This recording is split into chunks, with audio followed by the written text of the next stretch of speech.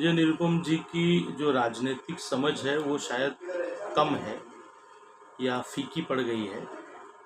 उनको घरेलू मामले और अंतर्राष्ट्रीय मामलों की राजनीतिक समझ कम है, जिसकी वजह से ये बचकाना बयान है उनका। बांग्लादेश की जो परिस्थिति है थोड़ी भयावह है और उसके जो संदर्भ हैं या उसकी गहराई में जाकर के उसको समझना बोलना पड़ेगा। और मुझे लगता है कि संजय निरुपम जी के अंदर अभी वो गंभीरता बची नहीं है, हल्कापन है उनके अंदर, इसलिए वो इस तरीके की बातें कर रहे हैं। बांग्लादेश एक हमारा बहुत ही मजबूत विपक्ष अंतर्राष्ट्रीय साथी रहा है और बांग्लादेश के साथ हमारे रिश्ते बहुत अच्छे रहे हैं। 1971 में बांग्लादेश की आज़ादी की लड़ाई में भारत ने मदद की थी, तब जाके बांग्लादेश एक सार्वभौमिक राष्ट्र बन पाया था।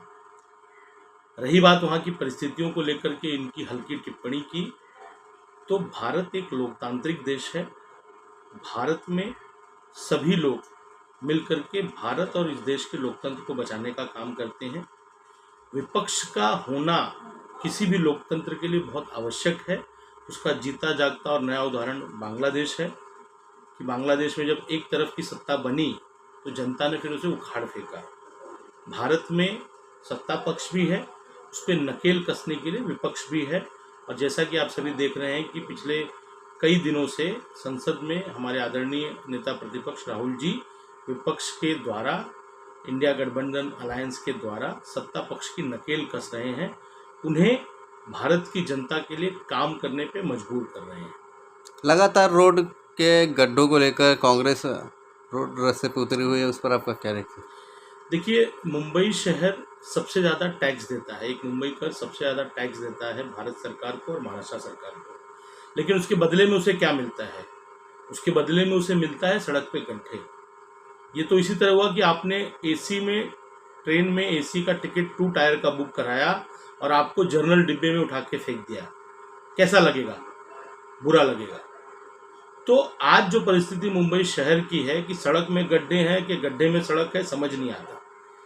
जो महाराष्ट्र की सरकार है वो बीएमसी के चुनाव नहीं करा रही है, इसलिए नहीं करा रही क्योंकि उसके जो लाडले कॉन्ट्रैक्टर्स हैं जिनको ब्लैकलिस्ट करती है, उसके बाद उनसे ही 30% कमीशन ज़्यादा लेती है, फिर उन्हीं को खड्डे भरने का काम देती है।